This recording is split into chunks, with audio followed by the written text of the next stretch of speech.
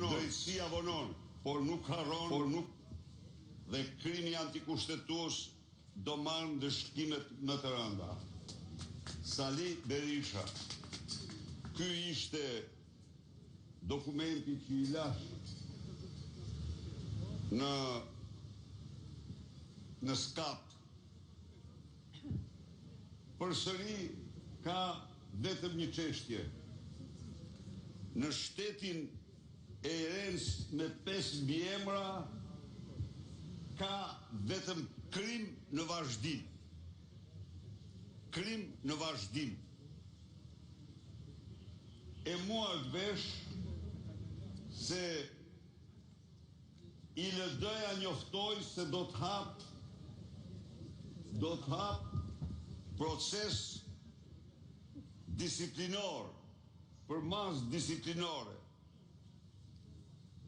me gjithë dokumentat që ajo është një kriminele e denuar në gjykatat e Greqisë, me gjithë dokumentacionin se ajo është një kriminele që ka mashtruar në formulart zyrtar të vetingut, të dekriminalizimit dhe ILDKP-s.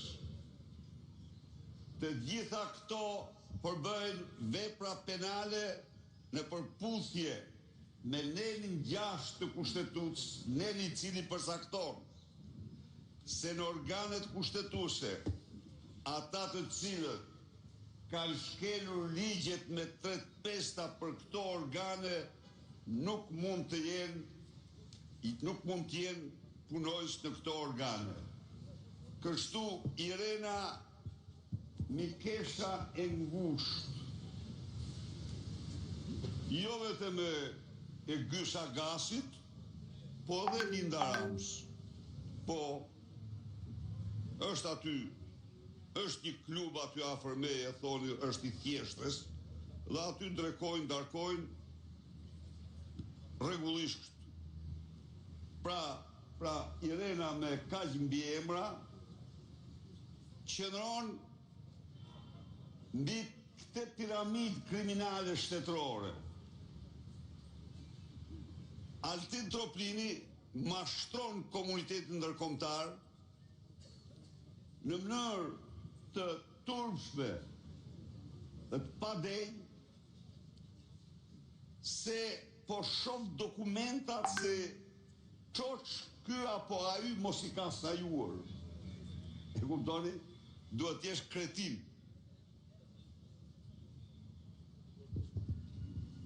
Kretin në vepër penale.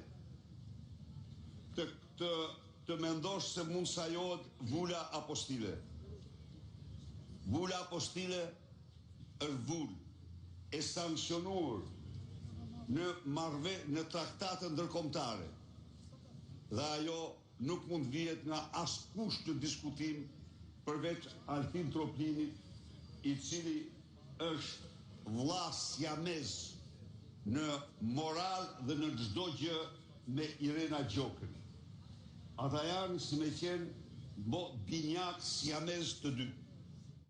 Pra, vazhdon, jemi rrethanat e krimit të vazhdueshëm shtetëror, i cili implikon Altin Troplinin, Irenën me 5 mbiemra, Olsin e prokurorisë përgjithshme,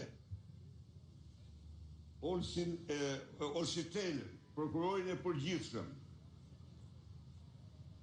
kreu në KLG-s, Rusi, i cili nuk mundi të lexoj kushtetutën në paturpsinë e tij ekstreme, të lexoj vulat apostile, por edhe pasi ja çoi prokuroria e përgjithshme, se kjo ka mashtruar, nuk guxoi, i urdhëruar nga Surreli, nga Edi Rama, se tani kur përmend emrin asaj të shoqes është gabim.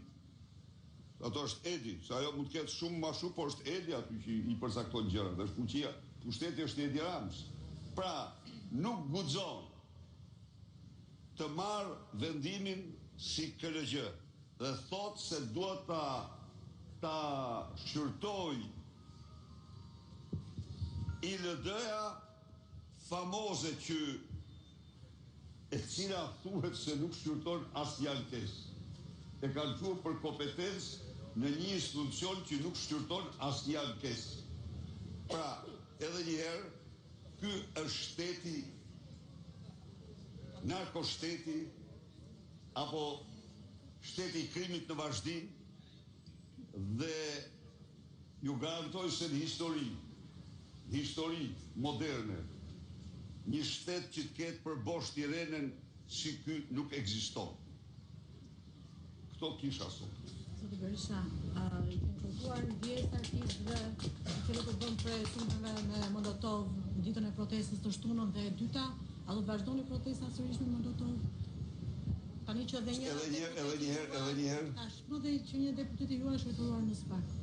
Edhe një herë si the, keni kërkuar ndjesë tani këtu unë me kënaqësi do u përgjigjem pyetjeve të gjithave dhe nuk është të sqendrojnë, por do përgjigjem, nuk do ta përdor unë, nuk do ta keq përdor këtë tribunë këtu për dhënë çdo lloj përgjigje. Këtu jap përgjigje vetëm për ato që lidhen me Altin Troplinin dhe me Irenën me 5 mbiemra. Për të tjerat ju garantoj se çdo se keni të përgjigjur pyetjeve më para. Jo, këtu jo. Për të tjera ju garantoj se në seli, në konferencë shtypi, unë përgjigjem çdo pyetje. Nuk, kurse këtu do ta ruaj këtë profil. Do ta ruaj këtë profil sepse kjo që ndodh është një gjë e pa konceptueshme. Se si një gjykatëse, e quajtur gjykatëse, një delinkuente par excellence, arrin t'i bëj kukumalen një shteti të tërë. Kjo është, sepse ky është i tillë shteti i inkriminuar. Nuk ndodh ku në botë kjo, nuk mund të ndodh. Se si janë, vetëm një pyetje do të ashtu. Jeni këtu po. A mund të pyesni vetëm si ka mundësi që çdo gjykim për opozitën, çdo gjykim i bie Irenës me 5 mbiemra. Pse u kërkoi ju ta bëni këtë pyetje? U kërkoi ju ta bëni këtë pyetje për t'u treguar shqiptarëve se çfarë falsiteti është shorti i tyre, se këta gjasme i zgjedhin me short. E kuptoni ju? Shiko, këta pra janë manipulator të turpshëm të pa skrupull. Dhe procedurën e shortit e manipulojnë. Për çdo opozitar është vetëm Irena Gjoka. Dhe Irena Gjoka është këshilltarja e Gys Agasit. Irena Gjoka është kjo dhe ajo. Pra, e cila midis tjerash e harrova, thot, se kisha apartamentin. Nuk e deklaron. Harrova, thot, e harrova atë. Ose nuk i di ato 2 garazhet. Kishin dalë nga mendja 2 garazhe. Pra, e kuptoni ju se çfarë fytyre kanë këta, cila fytyra e vërtetë e tyre. Si merrni këtë element, shortin, që është shumë i rëndësishëm, shiko, mos e nënvesoni.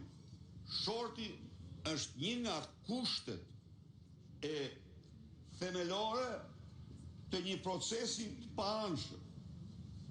Shorti pra, po t'jetë për opozitën, ka lindur Irena Gjokën sa herë ka rënë.